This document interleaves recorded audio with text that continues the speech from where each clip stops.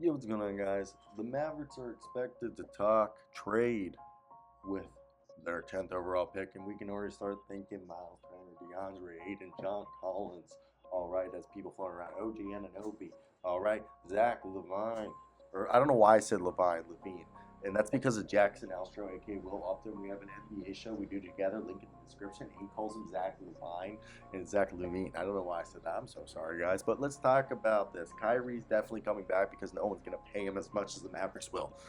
I want to hear your thoughts down below. Who would you trade the 10th pick for? All right, Damian Lillard's not getting traded because they're trying to build a contender around that man, and the Dallas Mavericks are stuck with the 10th pick, which is awesome because it would have conveyed to New York in the Kristaps Porzingis debacle from 4 years ago. But they were fortunate that it slid because they tanked, and it doesn't have to be said. It didn't slide like in the draft lottery, but like they slid in the standings. Now the Mavericks are expected to evaluate their options to trade that pick. I've evaluated that if they do keep it, that we either draft Taylor Hendricks if he fell to them, or Grady Dick. 3-point shooting or front court help is what they need. And as they are going to probably potentially resign Kyrie Irving, Jake Fisher writes that the Mavericks are still tied to the Knicks for a future first. Dallas has 2 more years, 24 and 25, of top 10 protections, and if they should not deliver a pick either year, Mavericks will send the Knicks a single 25 second-round pick, and that'd be the last one that Dallas owes in the Kristaps Porzingis trade.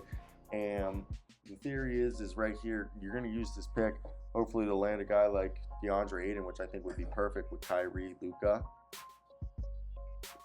You would just have to give up a bit of depth, but hopefully you would be able to, use free agency and Kyrie to like entice people to come over. But with that being said, I think it's definitely going to be interesting to see what ends up happening with this team as more and more time passes.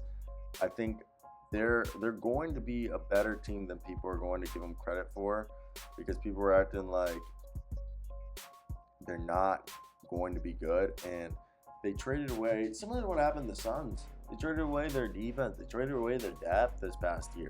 All right, in the middle of the season, a team that was already struggling on defense, you traded away key pieces to bring in a player, and mid-season, executives always talk about this in the shadows, that big deals in the middle of the seasons don't always work because you lose the chemistry, you lose the depth. All right, that you can't replace as you would be able to in the offseason through free agency or through training camp and summer league and good scouting and good development and good coaching, because that isn't there. There isn't time during the regular season.